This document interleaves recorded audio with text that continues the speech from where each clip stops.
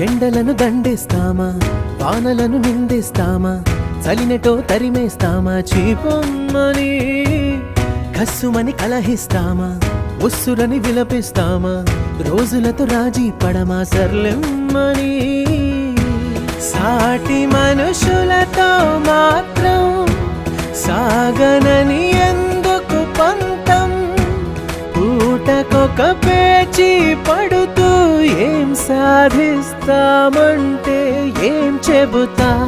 ఎక్కిళ్ళే పెట్టి ఏడుస్తుంటే కష్టం పోతుందా కదా, మరెందుకు గోలా, అయ్యయ్యో పాపం అంటే ఏదో లాభం వస్తుందా, వృధా ప్రయాసపడ